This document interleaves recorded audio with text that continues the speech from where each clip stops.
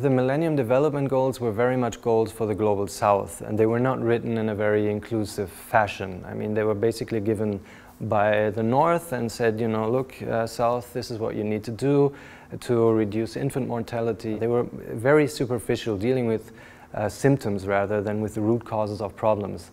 The Agenda 2030 is going a step further because it recognizes that things need to change here in the rich countries as well. There's obligations for rich countries too, in terms of environmental pollution, you know, our production and consumption patterns that are destructive for the planet, tax policies that are creating inequalities, illicit financial flows, all these things, and finally some very concrete language on governance, on democracy and all that was not as present in the Millennium Development Goals. The report is published by the so-called Reflection Group on the 2030 Agenda for Sustainable Development. It's an alliance of civil society groups and trade unions that critically assesses the implementation of the 2030 Agenda, because this is the framework for development in the next 15 years. What they have in common is a public interest view.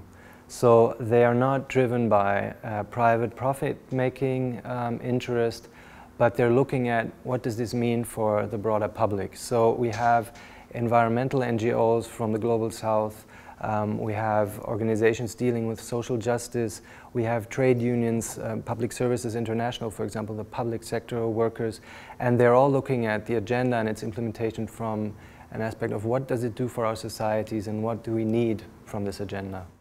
There was a lot of civil society consultation that ultimately changed the agenda and put in a few things that are important and that are politically very progressive, like goal number 10 that deals with reducing inequalities. That was not in the original draft. Governments didn't want to have it in there initially, but civil society kept pushing for it and said, you know, if you want real development, you have to fight inequalities. So the Reflection Group has been part of that debate for very long, and now that the agenda is there, we discussed whether we want to stop, but we said no, we need to continue this discourse, also because the demand was so high and a lot of people really appreciated what we did, the reports we published before the Spotlight report. It's an agenda that aims for a fundamental transformation of our societies and of our economies. And this group that edits these reports sheds a critical view on how the agenda is implemented. So it's a watchdog function, aims to challenge the prevailing view that is very, very present at the United Nations right now. The report 2016 was about the agenda itself. There wasn't much to say about the implementation. There was much looking at what contradictions are there in the agenda, what's important for the means of implementation, for the indicator system, etc. How do you measure progress? So now we're 1 year further ahead.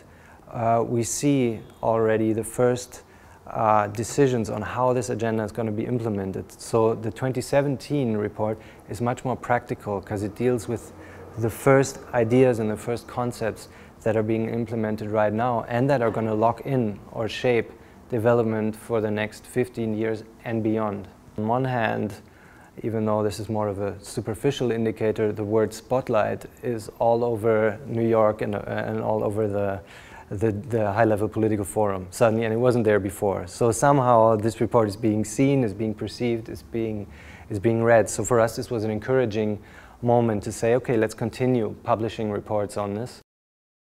We might put more emphasis on governance structures. The UN will be 75 years old in 2020, so that's a process that we can influence. There's a huge debate about UN reform.